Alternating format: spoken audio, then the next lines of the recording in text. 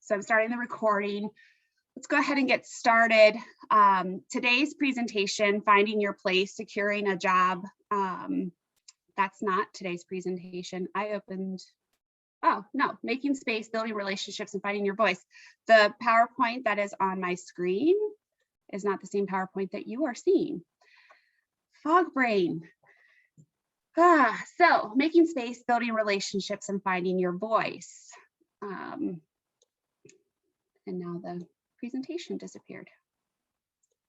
Oh, today's going to be a day. Kip, I warned you today was going to be a day. Okay, y'all can see the making a tent. Thank you, and I apologize.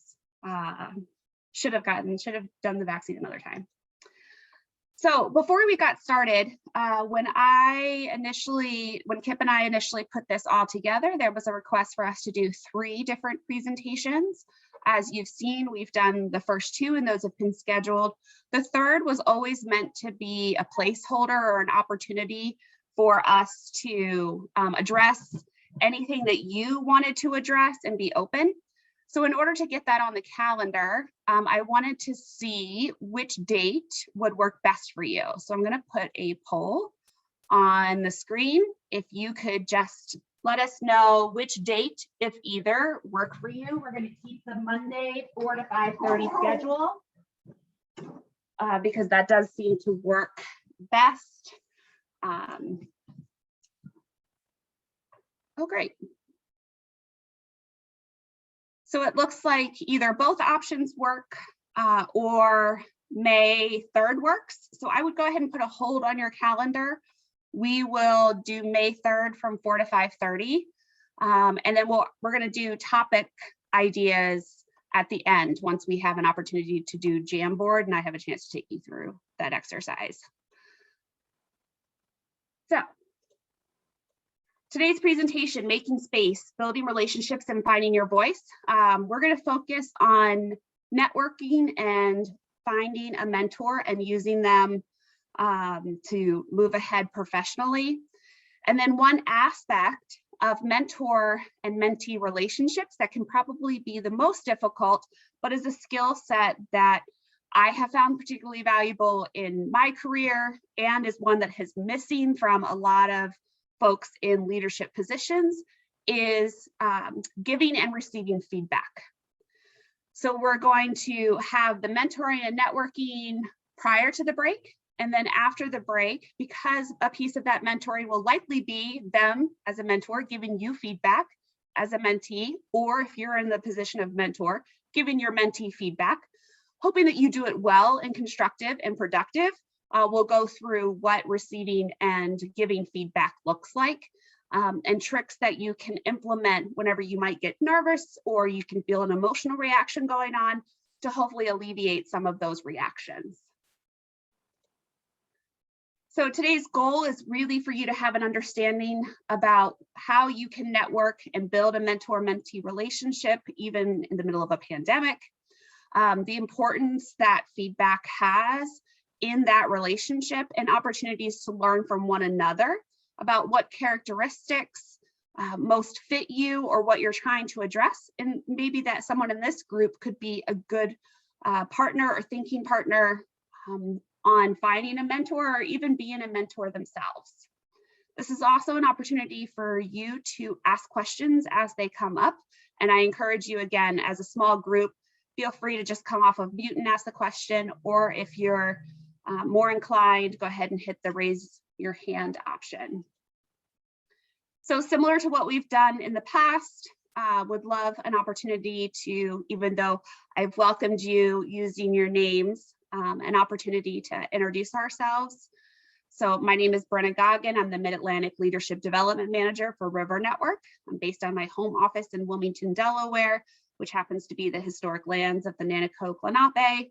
And my pronouns are she, her, hers. If you would like to take a minute to introduce yourself, we don't even have to do the chat box. Why don't you just come off of mute and introduce yourselves and provide whatever information you would like to provide. I can go first. Hey everyone, I'm Laura. I use she, her, pronouns. I'm currently employed at Environment America and I'm on Also Lenni Lenape lands, although I'm in Westchester, Pennsylvania. Thank you, Laura. Hi, I'm Sophia. My pronouns are she, her, hers. I'm an undergrad at Binghamton University. Oh. And yeah, I'm not sure the lands that it is. I just know it's Broome County, but my major is environmental science. Great. Thanks, Sophia. Hi, everyone. My name is Lena. I use she, her, hers pronouns. I'm here with, well, I'm not here, I'm here by myself, but I work at We Conserve PA, and I am currently occupying the lands of Susquehannock. Great, thank you. And Sophia, if you are curious, there is a link on the slide that'll tell you, if you put your address in, whose lands you are on, if you're curious about that. Okay, thanks. Sorry, Kip, did I interrupt you? I can go if you'd like. Yes, please. My name's Kip. I use they, them pronouns. I'm with the coalition and I'm on Lenni Lenape lands. Thank you, Kip. Okay, great. Thank you guys for introducing. So I thought, let's just do a check-in really quick. I have been neglectful in my check-in polls. So how are we doing today? This often helps me to change direction during a presentation, especially if people are feeling number 5 or number 3. I know that it might be difficult to get some emotional reaction. So if you want to put in the chat box, just so that we have an open chat box while we're doing the presentation today, one that describes your feelings, I'd appreciate it. I hope everyone's like a 1 or a 7, but. What is number 2? Yeah, so number 2 is it's hump day. It's hump day, except it's Monday. Like I thought it was kind of like a cool, like, and cruel picture. Yeah, I have a weird sense of humor. Oh, 4. Oh, goodness. Taking 4 is like a little stressed out or something. I'm not sure. Yeah, 4 is definitely like, what do you mean? You'll see this again in a meme. Lena, I am with you on 6. Not that I don't love being all with you today, but definitely a 6. So thank you. Kip, did you want to share how you're doing? I think I have. I'm a 6. I have something in the chat box that's locked and loaded. I didn't want to delete it. Okay, fair. I'm anywhere from a 6 to a 4 just because I'm presenting. You just don't know like how that's going to go. And already we've had IT issues, but it's fine. It's great. So I thought as we were going to have a larger group that we would have an icebreaker and I would put you guys into breakout rooms. But since we have a smaller group, let's still keep with the icebreaker, but let's just stay with ourselves and no breakout groups required. But if you want to pick one of the questions, or if you have your own icebreaker question that you heard somewhere and you were like, I cannot wait to use this in a presentation, I invite you to ask that question to all of us. But if you don't, pick one of the questions that's on the slide and share your answer. And anybody can go when you're ready. And if you have questions about the icebreaker, let me know. Sophia. I'm going to answer the first question. And I'm going to pick being invisible when I want to be. Like, so if I want to travel somewhere, I could get on a flight for free. If I just want to, I don't know. I just feel like it would be so cool that whenever you want to be invisible, not all the time, but. Right. Yeah. Oh, I like that. Thank you, Sophia.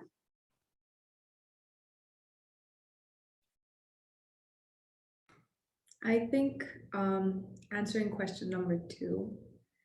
Okay. Oh, wow. Wait, it's actually one of the options. I thought about moss immediately. Really? Why? I just realized it's listed there. Cause I don't know, maybe it's also because I'm on mood 6 right now. I want to be able to absorb a lot of information and whatever's around me. but also be resilient and flexible and welcoming. Awesome. I love that. Thank you. Laura or Kip? I want to echo the moss sentiments. I really liked that option. It's an integral part of any like slug terrarium.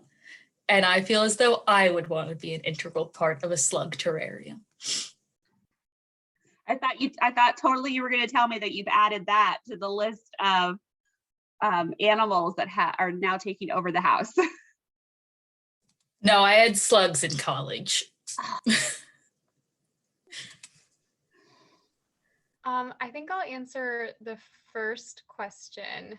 I think my superhero skill would be shape-shifting, similarly to yours, Sophia. I just want to like have some wings and fly somewhere else that's warm or beachy. Or like maybe be a moose for a day. I feel like being a moose would be really cool, munching on some wetland shrubs. Yeah. I can do that. So I'll answer the third one. I had an answer for all of them just in case I needed to, but who would play you in the story of your life? I feel like throughout almost all of her movies, Julia Roberts has already like represented somebody in my life. So I'm going to go with Julia Roberts. And I don't know what stage of my life, but pick a movie and well, maybe not the whole prostitute thing, but pick a movie and I'll be a part of that. So networking in the time of COVID. As you can imagine, networking and as such, identifying a mentor in the middle of a pandemic can be quite difficult. But really, it's not much different than if we were able to be in person. It's just that the how might look a little different. What I would encourage you all to consider and look for are opportunities to attend meetings, attend events or conferences, or attend networking events where even if you don't have to have your camera on, you can still be like a moss and soak up things that other people are saying.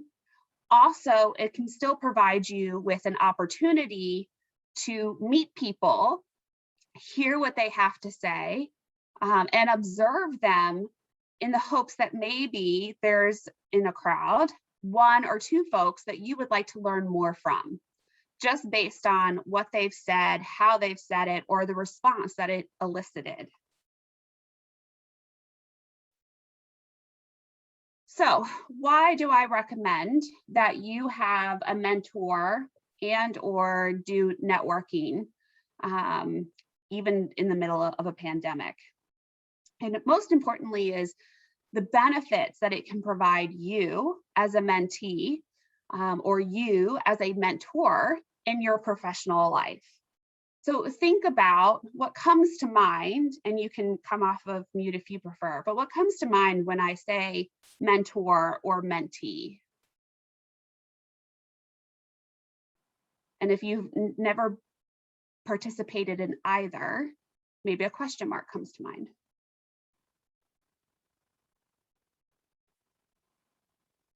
You can also put it in the chat. When I hear those terms, I think of somebody who has, I guess I should say two people who maybe have complementing strengths, so they can maybe mentor each other, or somebody who has more experience, another person who has a little bit less experience. Great, thanks, Laura. Anyone else? I think I more think of mentor and like somebody that has experience that will help guide you and like serve as a leader figure. Yes. And especially for females in the workplace, it can be women can be incredibly helpful to identify a mentor that can walk you through and be a listening ear. This also goes for any type of person that's looking for like versus like. So if they can help you maneuver the workplace, they can give you advice. There's also a lot of connections that go along with that. Whether you're a mentor or a mentee, you've got connections, and finding a job or a key volunteer opportunity is always more helpful when you have someone that has those connections that can be helpful to you.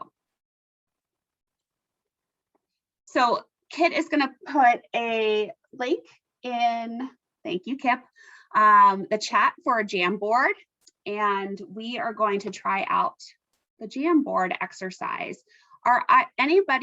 Is anyone not familiar with Jamboard? Lena, welcome. So are you familiar with Google-based products? An example being, I like just Google in general. Yeah, so Jamboard is a Google-based product, and as such, I find if you understand Google, you seem to have at least a working knowledge of how Jamboard works. But if you don't, I've provided a little bit of instruction here on the screen. So we're going to have a blank screen. The first one being, oh, look, you guys have already started. What skilled traits do you admire in others? And then Lena, if you want, you can add a sticky note by clicking that icon. You can change the color of your sticky note, and then you just hit save and it gets posted. Okay.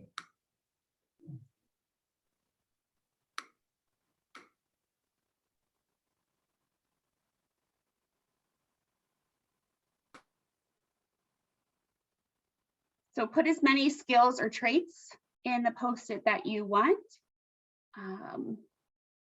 I'm going to add my own.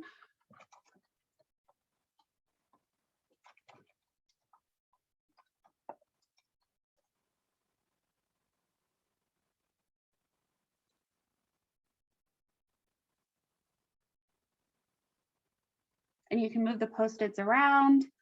Ooh, organized. I wish I could be organized. Public speaking, good. Flexible thinking, does that mean not an and or not a either or, but an and both? I don't know who put that. I put that in, yeah. Thank you, Kip. Trustworthy, patient, understanding, approachable, reliable. And so then I'm curious, and you can keep adding, what parts of these do you specifically admire? So public speaking, just the ability to do it, or the ability to do it well and not look like you're going to get sick at the minute of every minute? Reliable in that, are they good time managers? Or can you just trust that when they say something, they're going to do it? So I'm curious of what aspects of these traits that you're listing are most admirable, if you want to share.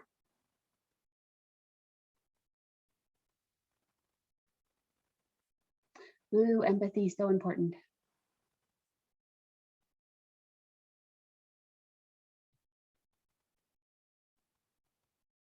This is a great list.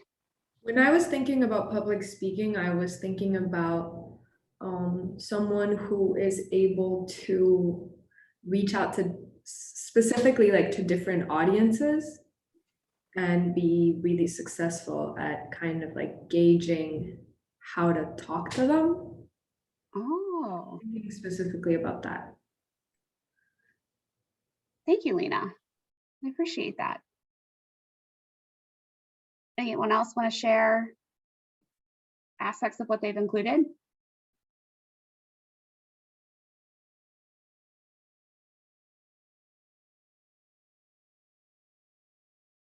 That's okay. If you want to, you can click the next arrow to go to the next frame. Once you're done, and you don't have to move on. but if you click the next one, you'll have the ability to fill in what skills and traits you admire in yourself. And I challenge you to come up with at least 3. Because I know it's so easy to just say 1 and done. And we're super hard on ourselves and don't give ourselves enough credit. Is that just me?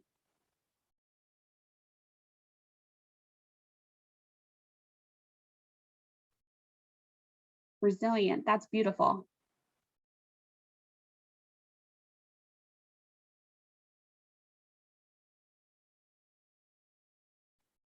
Dedicated, very nice.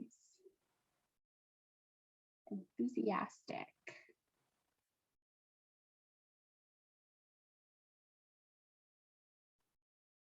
Approachable. And by the way, these will all, you'll get copies of this when I send out the slides for this presentation as well. So you'll receive a PDF of this presentation as well as the Jamboard slides included. So you'll have this exercise that you can hold on to. Creative, approachable, public speaking. Oh, there's a public speaking. Approachable was also something that somebody admired. Positive mindset. Self-motivated, hardworking. 4, 6, 8, 9, 2.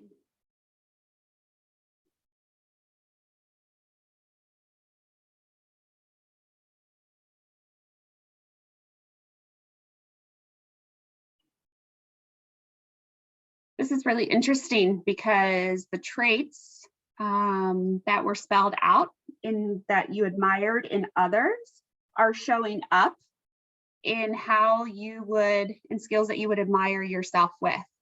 So it might be worth having additional conversations with people on this Zoom call to see if there are skills and traits that you can learn from just here in this conversation. So going to the third or the fourth frame, as it were, what are some skills and traits that you would like to address?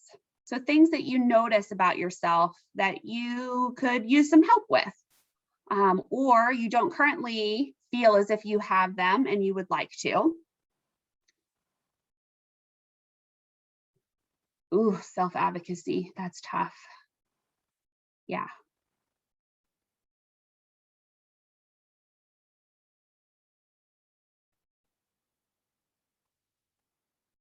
And it's perfectly fine to say, nothing, I'm perfect in every way.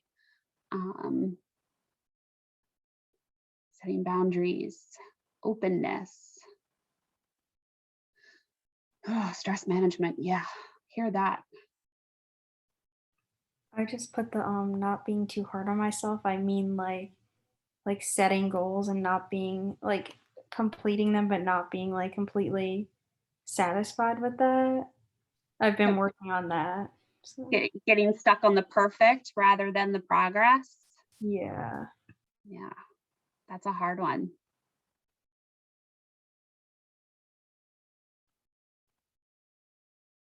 Persistence.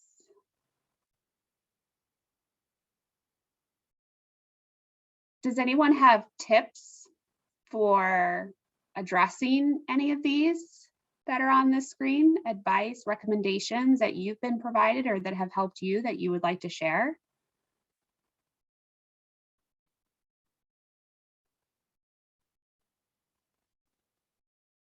Yeah, setting boundaries, that's so important. Thank you. I feel supported. And then also keeping them. Like I am so guilty of saying these are my boundaries, and then someone's like, okay, but can you work until 7:30? And I'm like, yeah, sure, yeah, of course, I'll work right through dinner.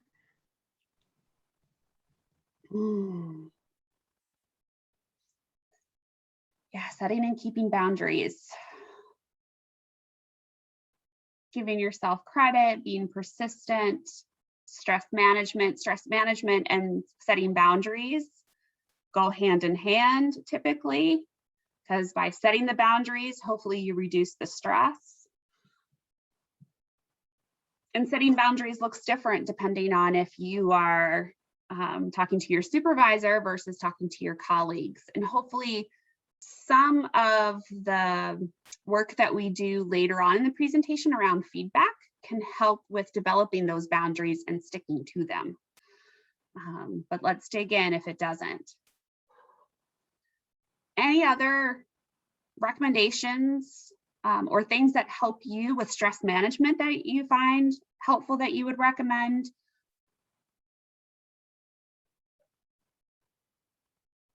Or building more confidence or openness?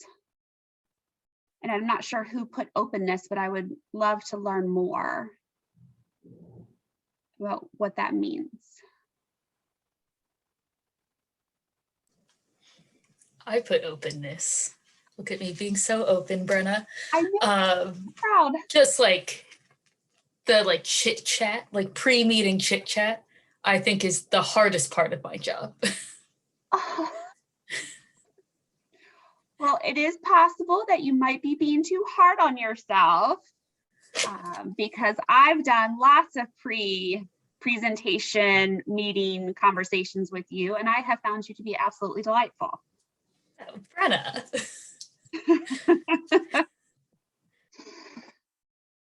I will second that, Kip. I love having conversations with you before meetings, so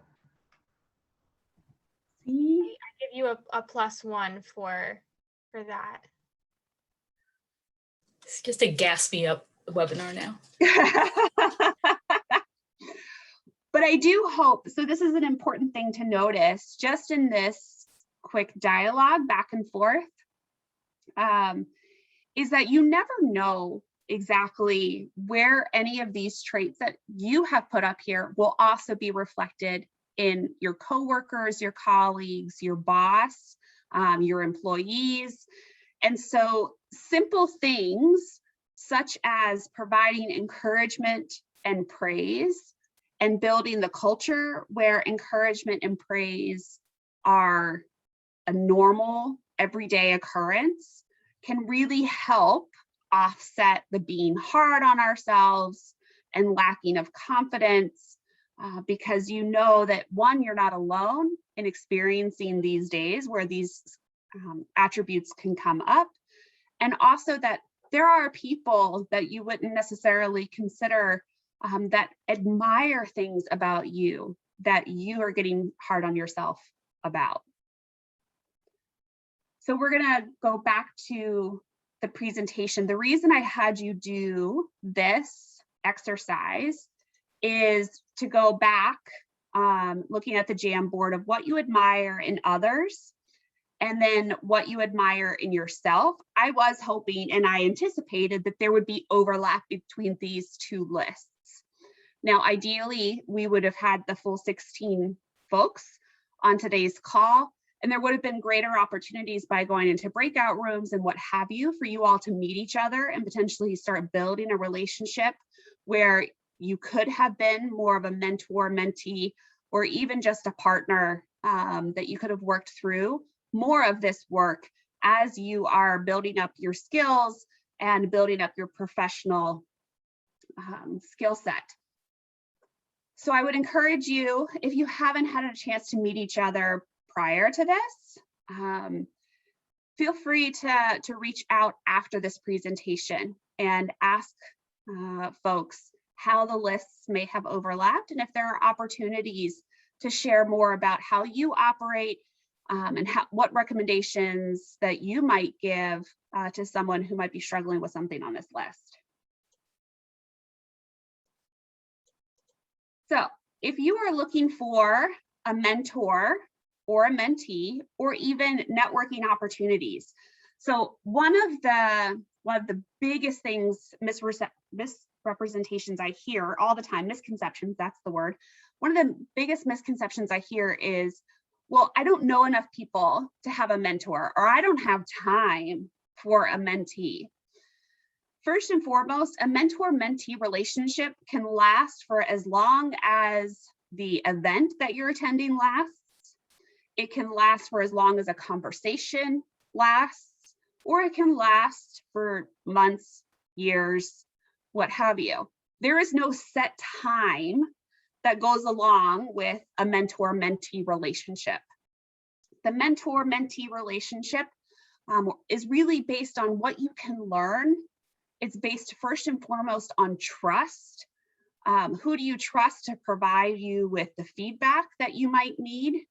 Who do you trust to hold your confidences when you're sharing personal things or asking questions? They're providing that psychologically safe space that you might need to ask questions that are going to be uncomfortable. All of that can happen in any type of setting. And so at the beginning of this presentation, I mentioned attending a networking event, even a public meeting, a conference, a fundraising event, if you're able, and identify those skills that you said that you would like to learn on. If they are being emulated in somebody that's attending that meeting, observe them. What are the responses that they're getting from people if they're sharing some of these attributes? How are they making you feel? Have you ever met them before? Do you know somebody that knows somebody that knows that person? It's always worth approaching that person offline, separate from the event, or even if you have an opportunity to be put into a breakout room with them, following up with them in the chat box of, hey, it was so great to be in a breakout room with you. I'd love an opportunity for us to have another conversation. And then you guys can share contact information through the chat box. Quite frankly, approaching people to build a relationship, like a mentor relationship, is much easier in a pandemic because you don't actually have to walk up to anybody, like go across the room or see anybody else's eyes on you. You can do it anonymously in the chat box. So it's much easier to do it that way, but I would encourage you to look at your inner circle first. Again, another misconception I hear all the time is, well, I'm not old enough to be a mentor. There is no age associated with being a mentor. A mentor is about sharing your skills or your life experiences or your knowledge with somebody else. It's about, again, providing that psychologically safe space where people can ask you questions or share their experiences. Or you can provide them opportunities for growth. And that's where feedback comes in. It's not just about, you're doing a great job, don't worry about it. That's not helping anybody. What makes it that they're doing a great job? If they've said something that's inappropriate, telling them that it's inappropriate and what they could have said provides a learning opportunity. That's what the mentor-mentee relationship is about, learning. And you don't just learn as the mentee. Mentors can learn from their mentees as well. So I serve as a mentor in the Chesapeake Bay Coalition in their official mentor-mentee program. And I have learned an incredible amount in just the 2.5 months that I've served in the mentor position from my mentee. And I've learned more about compassion and empathy and asking questions. And that was not something that I had anticipated going into that relationship. I think I brought this up in our previous presentation about finding a job, and informational interviews can be incredibly helpful. Hey, can I just have 10 minutes of your time to ask you some questions? What you said in that meeting really resonated with me. Or, hey, I noticed that you were able to get a room full of people to laugh on Zoom. Can I have 15 minutes for you to tell me how you did that? And any recommendations that you might have to be more engaging in the virtual space. So engaging in virtual coffees or meets and greets, asking people for a specific amount of time. If you want to start small, ask for that 15 to 20 minutes. I find that just the introductions, where do you live, especially in the Zoom place, like who do you work for, what have you, better book about half hour to an hour and come prepared with your questions. What is it about whatever they said or did that resonated with you, and what do you want to know more about? And again, ask for the relationships. KIP and the Coalition for the Delaware River Watershed are a tremendous resource. they know their members. And so if you are participating in a CDRW event, like the forum in September, and you see somebody or you hear a presentation that really resonates with you, I hope this is okay, Kip. Reach out to Kip and ask, like, who was that? Do you have their contact information? Like, should I approach them? What do you think they'd be willing to talk to me? Because you've built the relationship here through these trainings with Kip, you can trust that they will provide you with that information that you need. I hope that was okay, Kip. I just kind of volunteered you up. It is okay, and I will connect you with who you want to be connected with. Thank you. Being a mentor and mentee also provides a level of accountability. It puts a mirror in front of our face and gives permission for people to call us on actions that we might need to grow, that we might need to address, that no one else sees, especially in the professional setting, because who you are professionally doesn't necessarily equate to who you are personally. And so mentors can see you in a space that others can't and provide you with those opportunities to better yourself. So I did want to schedule just a 5-minute break. If you want to grab something to drink, use the restroom, just take care of yourself by giving yourself 5 minutes to step away from a screen, walk around, move your body, whether it's just breathing. Go ahead and take that 5 minutes. In fact, I'll give you 7 minutes to make it an easy, even number that we come back to. So at 4:50, if you want to rejoin us, we will be here. To ask any questions about the mentor-mentee section of the presentation. Does anyone have any questions they'd like to ask? Do you ever like ask someone, do you want to be my mentor, or is that kind of creepy and weird? No, it's not creepy or weird. And yes, I have had several mentors. My first ever was in high school, and I don't know that I officially asked her to be my mentor. I kind of just adopted her and became like, I just kind of following her around and like watched her. But in my professional career, yes, I told someone that was not part of my organization, but who I respected a lot in the environmental community, that I was struggling and I had a couple of skills that I wanted to grow. And they said, well, would you like for me to help you? And I said, yes. Does that mean that you'll be a mentor? And they said, yes. And so that's happened 4 times now in my career. And they've all been different people, and they've all served different purposes, working on different skills.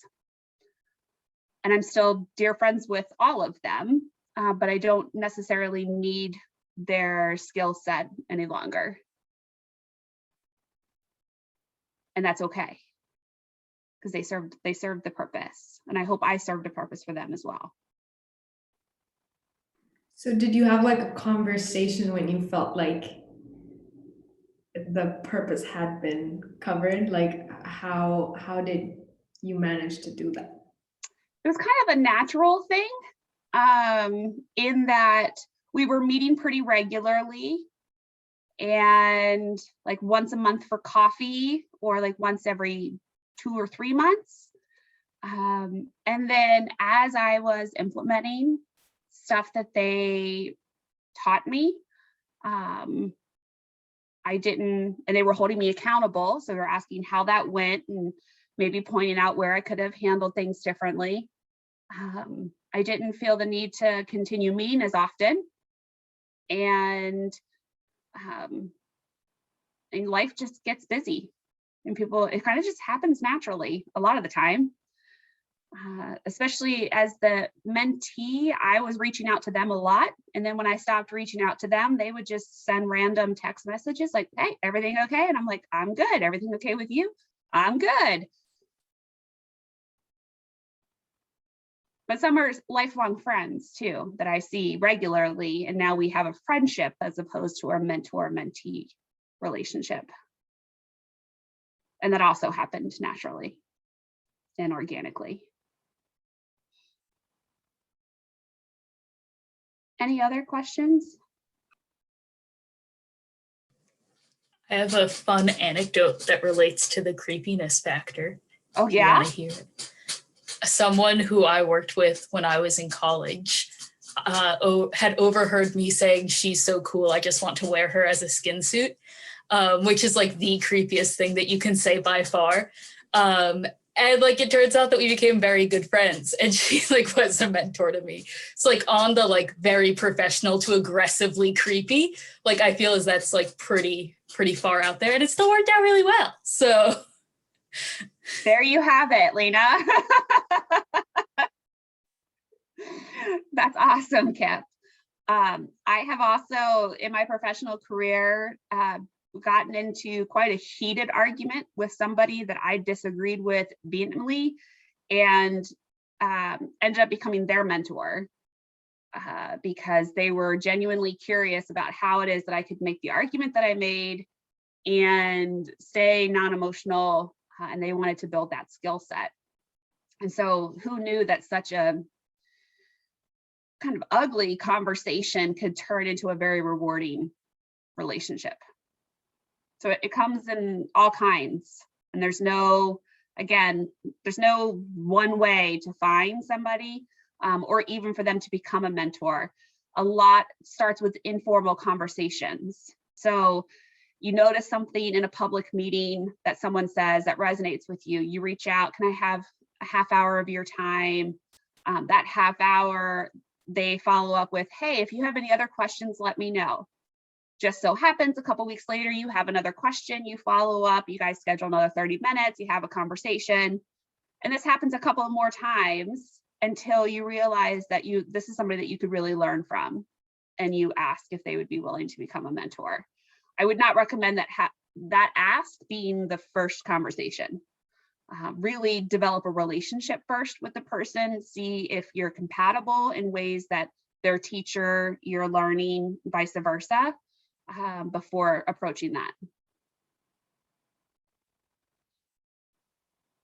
Any other questions? So we're going to go back to the Jamboard. Thank goodness for Kip reminding me that you can't do things in PowerPoint.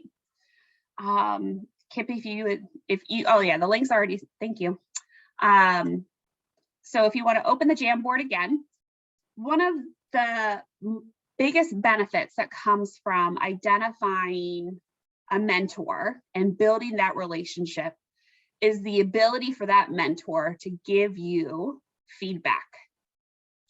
The problem is, if you're anything like me, you're not often ready for feedback.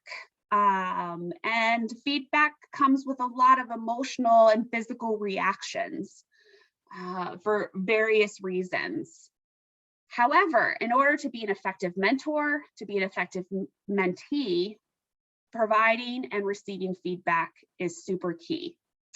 So, and there is no right or wrong answer here, but using the Jamboard, and unlike last time, you don't add a post-it, what you can do is you can click on this diamond and you can move the diamond anywhere you want it on this imaginary line, because I couldn't draw a straight line. Share how confident or not confident you are in providing feedback.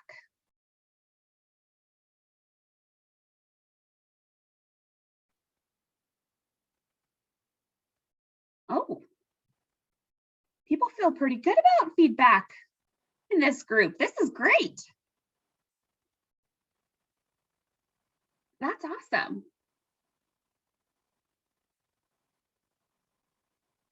Well, then the next question might not resonate with y'all, since you don't seem to find feedback difficult. If you did, so for those that don't find feedback difficult, let's just pretend that you do for the sake of this poll, shall we? What would be the most difficult part of providing feedback? So you have two questions on here. What's the most difficult part about providing feedback? And then what's the most difficult part about receiving feedback?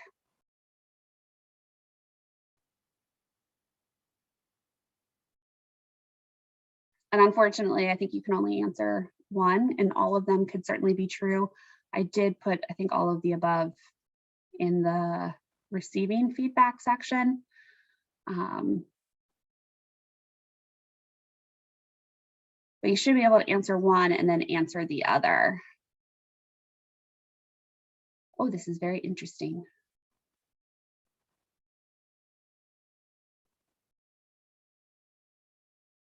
So the most difficult part about providing feedback is that you don't want to hurt anyone's feelings, or you don't know how to say it or when to say it. And you don't necessarily know if it's appropriate to give the feedback. And then receiving feedback equals criticism in my mind, and no one likes that. Amen. I'm not often given the space to reflect and respond to the feedback given. So we're going to talk about all of these through this presentation. So let's go quickly back to the Jamboard, where you'll tell me how confident you are in receiving the feedback, which I'm genuinely curious about given the answers that you gave in the poll. And it's not unsurprising to feel more confident in one and less confident in the other, because it really depends on your past experience and history with feedback. So if you find that you're kind of curious as to why it is that you're facing one over the other, that's not surprising. So it looks like, in addition to folks being very confident in giving feedback, y'all love receiving feedback too. And those that are not a fan, I'm right there with you. It really depends on who is giving me the feedback and what that means. I did think it was interesting that in the feedback conversation, no one said that they didn't trust the source of the feedback. So hopefully that means that you have received good feedback previously, which means that whoever has given it to you has been very trustworthy. So let's go into why feedback is so important. And I've already touched on some of this, so this will not be a surprise to you. But why feedback is important is that it builds trust and relationships. It builds trust in relationships, it builds trust for relationships, and it builds relationships with people. It builds leadership skills. If you have thought about, dreamt about, or have a goal of becoming a manager and supervising people, providing feedback and receiving their feedback will be one of the most key traits that will make you an effective and successful leader. So working on that now will be incredibly beneficial. It builds effective teams. So if you're managing more than one person, or if you've been put in charge of a project, being able to provide feedback and receive feedback from your colleagues will be important. Builds character, and who doesn't need more of that? And then it also builds opportunities. It provides opportunities for learning, both about yourself and about others. And learning how to be curious about what, thank you, Kip. Speaking of feedback, fill out our evaluation form. Really appreciate that. Evaluation forms and surveys at the end of presentations, by the way, really critical pieces of feedback that are used. So if you ever wanted to practice giving feedback, blind surveys and evaluations, great way to begin building those traits and skill sets and comfortableness with it. If you are going to engage in a mentor-mentee relationship, you should expect that you will be given feedback, giving feedback through that relationship. Because if you've sought out a mentor, in most cases, there's something that you've identified that you want to work on. But what the science shows is that most people in leadership positions don't know how to give feedback. They don't know how to give it well, so they avoid it altogether. And that usually finds that employees have very low engagement because they're not being given any feedback or even any praise. So they don't know what they're doing well. They don't know what they could work on, and they are not given any type of appreciation. So let's just say that you were nervous about, I didn't realize it was on that slide, I apologize. Let's just say that you were nervous about giving feedback. What are some ways that you can give feedback that might be a bit more comfortable to you than others? So the first and foremost that's a standby for me is asking questions. So you'll notice even in this presentation, when you guys were putting stuff up on the Jamboard, I was like, oh, who can tell me a little bit more about that? That is my standard. Ooh, tell me more. It also gives me just a pause, just like taking a sip of water in an interview gives you a minute to catch your thoughts and catch your breath. Asking questions allows your brain to stop kind of that stressed out feeling that you might be feeling getting that feedback. So practicing and putting into writing some of what we call go-to questions can be really helpful. And having them at your desk, especially in this virtual space, where if you get nervous or you feel like you're getting emotional, you can just look at your Post-it that has your go-to questions on it, and that will buy you some time to collect your thoughts. If you're giving feedback to a colleague or to a friend, be very specific and keep it to the behavior that they are exhibiting, especially if that behavior resulted in you having feelings, negative feelings of some sort. So if they made you feel uncomfortable, if they made you feel as if you weren't valuable, focus on the behavior, not the personal. Make sure that it's immediate. So I'm a big fan of not including things on performance evaluations because performance evaluations take place once a year. If you are not getting feedback from your supervisor more than that, that is a problem. So if the situation that you are providing the feedback for, you're going to be specific to the behavior, and it should be within a day or two of the event, whenever that took place. As you're giving the feedback, if they are responding to you, do your best to try to repeat back what you're hearing. It could be that emotions are going to start running high and you're both like competing to figure out who can respond to every point that's being made. Take a breath, ask for a pause in the conversation, repeat back what you're hearing. If things begin to again get emotional or you're going back and forth with the responses, then take the time to hit the pause button and say, I want us to both walk away, reflect on what we've heard, and let's schedule a meeting 2 to 3 days from now to follow back up. This is true whether you're giving or receiving feedback. Asking for that space to reflect, allowing your emotions to get back in check, and allowing you to reflect on what they're saying to see if there's any truth, and or if there are questions that you have. Again, responding with curiosity as opposed to responding to be right is very important in giving and receiving feedback. And then if somebody is brave enough to give you feedback, it probably meant that they were stepping outside of their comfort zone. So thanking them for being brave enough to share that feedback can really put a positive spin on the conversation as it gets started.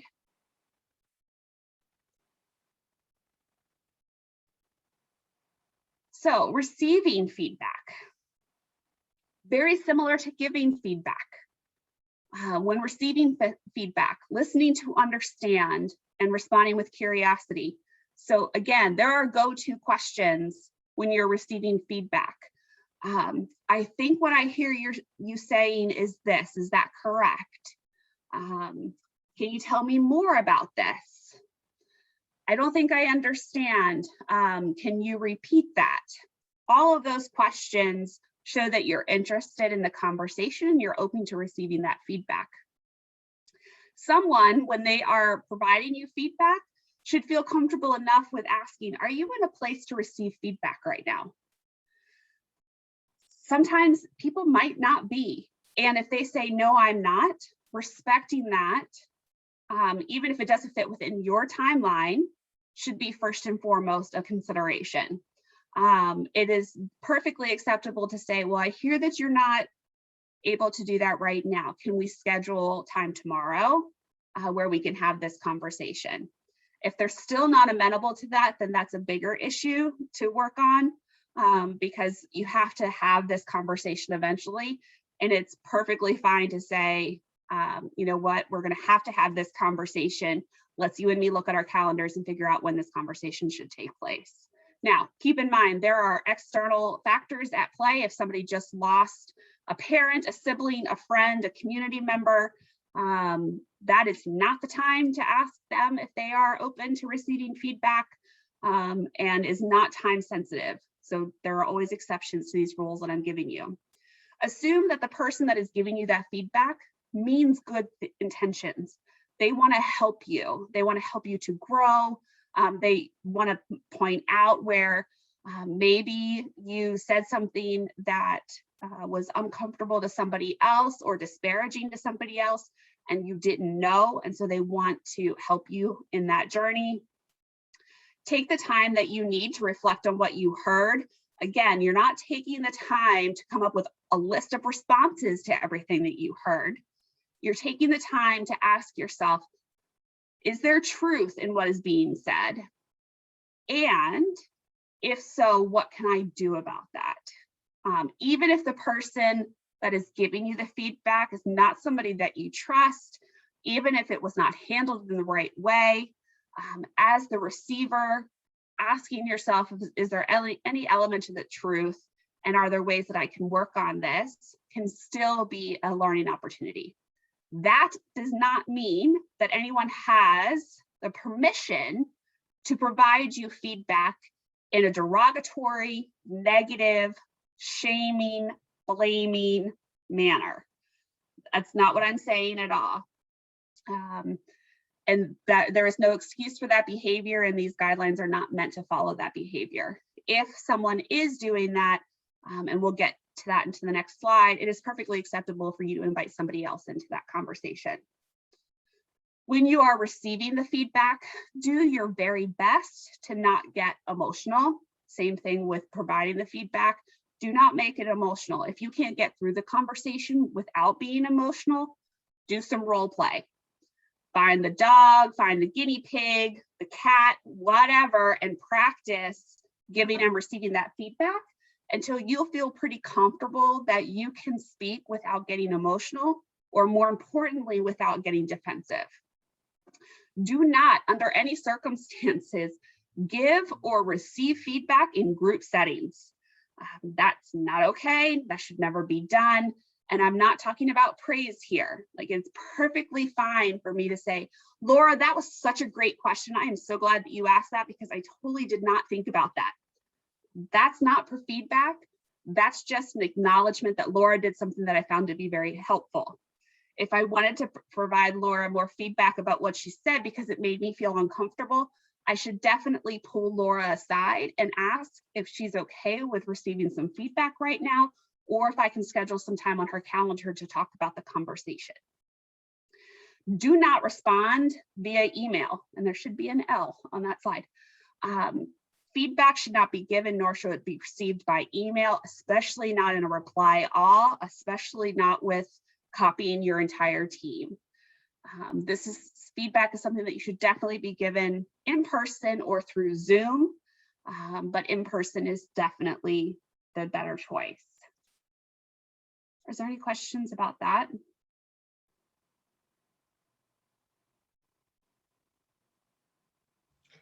I just want to thank you really quickly for acknowledging that some of those things are in fact bad. I think some of those types of feedback are commonplace in some settings, and a lot of folks don't realize that the negative feelings that they're experiencing are because those aren't best practices, and that's not how you kindly and compassionately interact with people. So thank you for acknowledging that.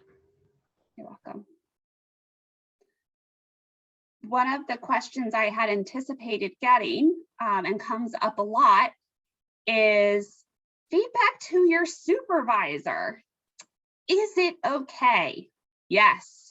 The answer to that question is yes, it is perfectly okay for you to give feedback to your supervisor in whatever situation that supervisor might be. There are things to consider when you are giving feedback to that supervisor. It's the relationship that you have with them.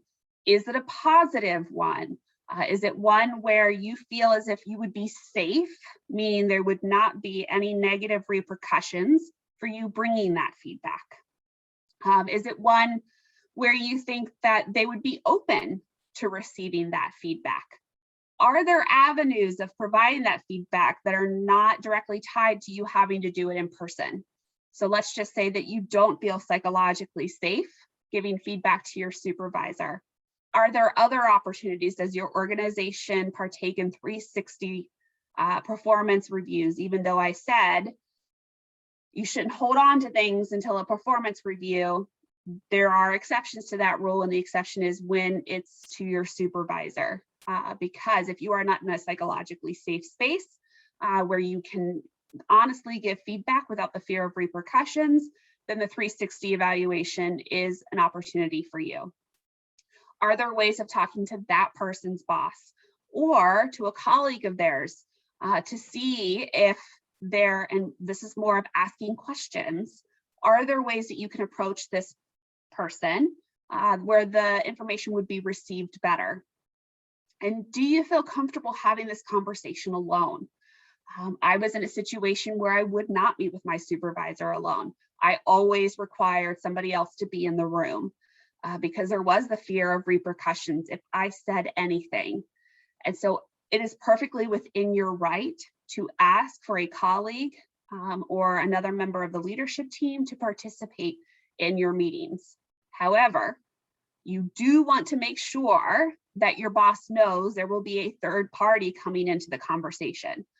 Just because they haven't provided a psychologically safe environment does not mean that the relationship is going to be made better by blindsiding them and having somebody else partake in that conversation. If you decide that it is necessary to provide that feedback to your supervisor, and hopefully they have provided a psychologically safe place for you to do so, the same rules apply whether you're giving your feedback to your supervisor or you're giving your feedback to the colleague. You need to take time to prepare yourself. Some folks like me have triggers when it comes to authority, and so automatically just approaching a supervisor or somebody in an authoritative position, my face gets all red, I start getting jittery, I do this thing with my lip, it's not attractive. So taking the time to prepare myself of what I want to say, again, focused on the behavior, not the personal, how it made me feel. Role playing that with somebody that I trust with the different scenarios, if they take it well, if they don't take it well, if they shut me down, that way I can play out what that scenario looks like, and at least I'm able to provide the feedback that I feel I need to provide. Block off times on the calendar. Oftentimes, supervisors have very full calendars, very full inboxes, and it's not that they're more important than you, but things do fall through the cracks. So asking for time on their calendars, 30 minutes, an hour, however long you think it's going to take, separate from any regular check-in you might have, and blocking that time on their calendar, giving them a heads up about what a conversation you want to have. Like, so what is this regarding? And blocking that time on their calendar so that you can both not be distracted. Again, you can ask, hey, we're going to have a conversation. Can I ask, like, if you close your computer, not look at your phone? I don't want you to be distracted. I really could use your full attention. All of those things perfectly within the purview to ask. And then again, making sure that it's not emotional, making sure that it's as time sensitive as possible, and blocking off time where you guys can hit the pause button, reflect, and come back. It's perfectly okay for you to say at the end of the conversation, I'd really like it if we could follow up with this conversation, especially if they're surprised or taken aback by what you're saying. they're likely going to need time to reflect and sit with it, and pressuring them to try to come up with a response or solutions is likely not going to result in anything that is helpful. So asking, hey, can we follow up with this conversation a week from now, 3 days from now, whatever time might work for you, will at least give them the space. You can also give them the permission up front of, I don't need you to say anything. I don't need you to fix this. I just need to provide you with some feedback because this is how it made me feel. Supervisors, me included, often want to fix things. We are fixers. We just want everybody to be okay. So we immediately go into fix it mode, which isn't exactly what that person is looking for. So being upfront that this is feedback I want you to sit with versus I need you to fix this because you're my supervisor and you wear a cape and a superhero icon is a big difference. And that can be helpful to your supervisor up front if you're able to provide that. This is probably the most difficult conversation that you will have with somebody in an authoritative position. So I really want to take a moment to ask, are there any questions related to this?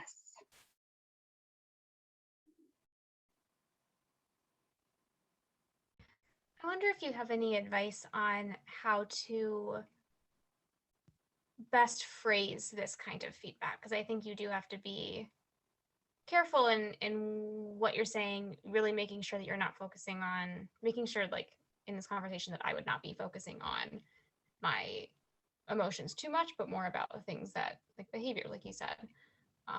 Do you have any tips on how to like nail those down or talk through them ahead of time? So there are several like factors at play. Asking, knowing whether or not you have regular check-ins with your supervisor. So if they have weekly check-ins or monthly check-ins, you can begin the conversation there in that and add it to your check-in document of, hey, I need to have a longer conversation with you separate from this check-in. Can we schedule something? And if they go, oh, sure, in regards to what? It's like, well, if you're open to it, I'd like to provide you with some feedback. Now, almost always they're going to be like, well, let's just talk now. No, this is for our check-in. I have other things that I really need to talk to you about on this check-in list. I'd like to schedule a separate time for us to have that feedback. That buys you the time there.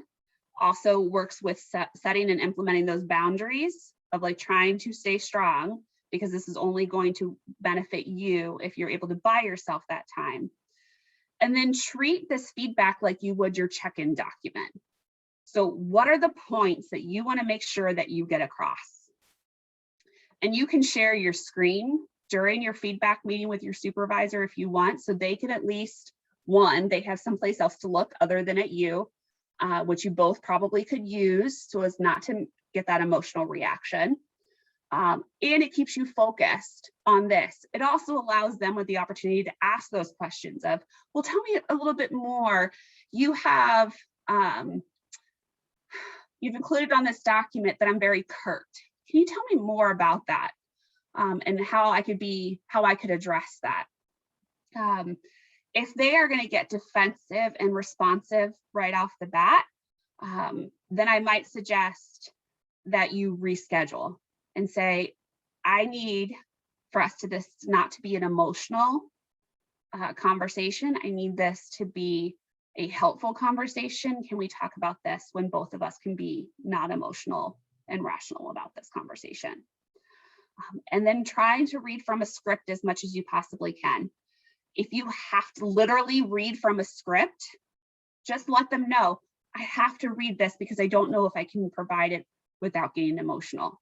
And then focus on reading it from the script. But again, the role playing is probably the only way that you're going to get over that nervousness, anxiousness that's ultimately going to lead to the emotional. The more comfortable you are with the content, the more likely you are to be able to rein in that emotion. And then if they start coming at you, or if they say something that makes you emotional, just say, you know, I need a minute. Much easier on Zoom right now. Turn off your video, put yourself on mute. take that minute, breathe, and come back.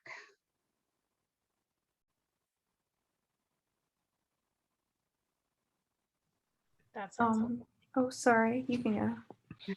I was just saying thank you. Go ahead. Sorry. Oh, okay. Like jumping off of that, if you don't feel comfortable providing your supervisor with feedback alone and you want a coworker with, like, how would you arrange that? Because I've never actually thought about that. So there are a couple of factors in play, and I would call this like the detonation option. If you are inviting a third person into your meetings, it typically means that the relationship is beyond repair, or there is something significantly wrong. So by inviting that third person in, you are making it clear that your supervisor has not provided a psychologically safe space and that you don't feel comfortable, which can elicit a lot of emotional responses from them. So if you are able to have a conversation with them before you invite them in, but before you invite that third person in, to say, this, we seem to have trouble communicating with one another in a way that is helpful and productive. I was wondering if you would be open to having a third party join this conversation. Typically, it's the third party on their level as opposed to on yours, depending on who you're meeting with. So in my case, where I needed the third person, it was the executive director. So I needed a director to sit in on those meetings. If it's just your supervisor and you have like a team of colleagues, then the supervisor might be more comfortable with a like supervisor being invited in. There becomes HR issues if there's someone on your level also joining that conversation about personal information being shared and what have you. So that's just something to take into consideration. Okay, thank you. But asking the person if, if they would be open to it, and if they ask why, being prepared to answer that question of why are you inviting that third person in? Is it because you guys seem to have trouble communicating that you could use a moderator to really be the go-between?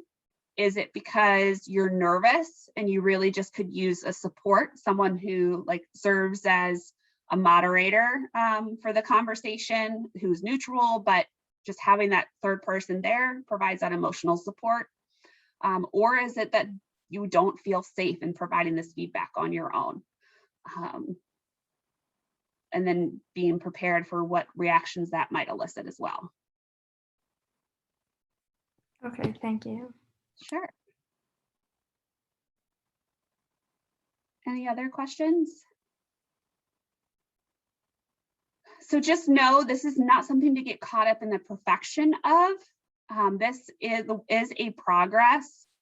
I have made many mistakes in both giving and receiving feedback and with mentor-mentee relationships.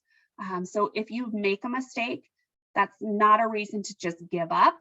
You want to keep going and keep trying because we only get better the more that we practice. Being a mentor or a mentee is a mutually beneficial relationship to you and whoever you're getting into that relationship with. If you have the opportunity for your supervisor to be your mentor, even better when that works out. But that's not always the case. Sometimes you need somebody to help you deal with your supervisor. And so finding someone that can help you there. Making sure that your feedback is met with positive intent and that there is positive intent behind that feedback. Are you giving the feedback because you genuinely want to help the person and you want to better the relationship? Or are you looking for less positive means? And if you're looking for less positive means, then really taking time to examine why that's so important to you would be a recommendation that I would give. I have never done this on my own. I always pull from a list of resources. And so, oh yeah, I forgot about this part. I do have a resources slide, but if we want to go really quickly back to the Jamboard, we do have one final option for conversations, a 90-minute session that you guys have decided will be May 3rd. At least that seems to work for everybody.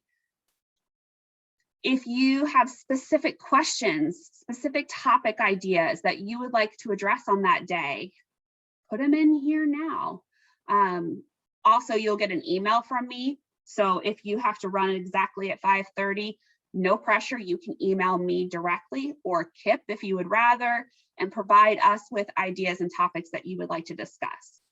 Otherwise, we had it set as more of an open format where we would have the 90-minute blocked, and anyone could ask questions, come with concerns, come with issue ideas, and we would address them right then. But I do love being prepared.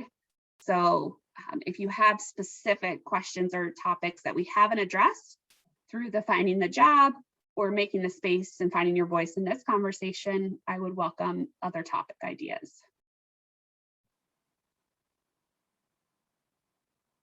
And this Jamboard will be shared with you. It will be shared as a document. So I don't know if necessarily I'll be able to, if you'll be able to edit it after I share it as a full-on document. So just FYI, if you have specific ideas, better to share them now. Otherwise, I thank you very much for taking the time on your Monday to participate, especially for being brave enough to come on camera and come off with mute and introduce yourself and engage in the conversation. And I would appreciate if you would provide your feedback through the evaluation link that Kip has provided in the chat box. And I will look forward to seeing you all on May 3rd. Have a great rest of your evening. Thank you, Brenna. Thanks, Kip. Thank Yep, you. thank you.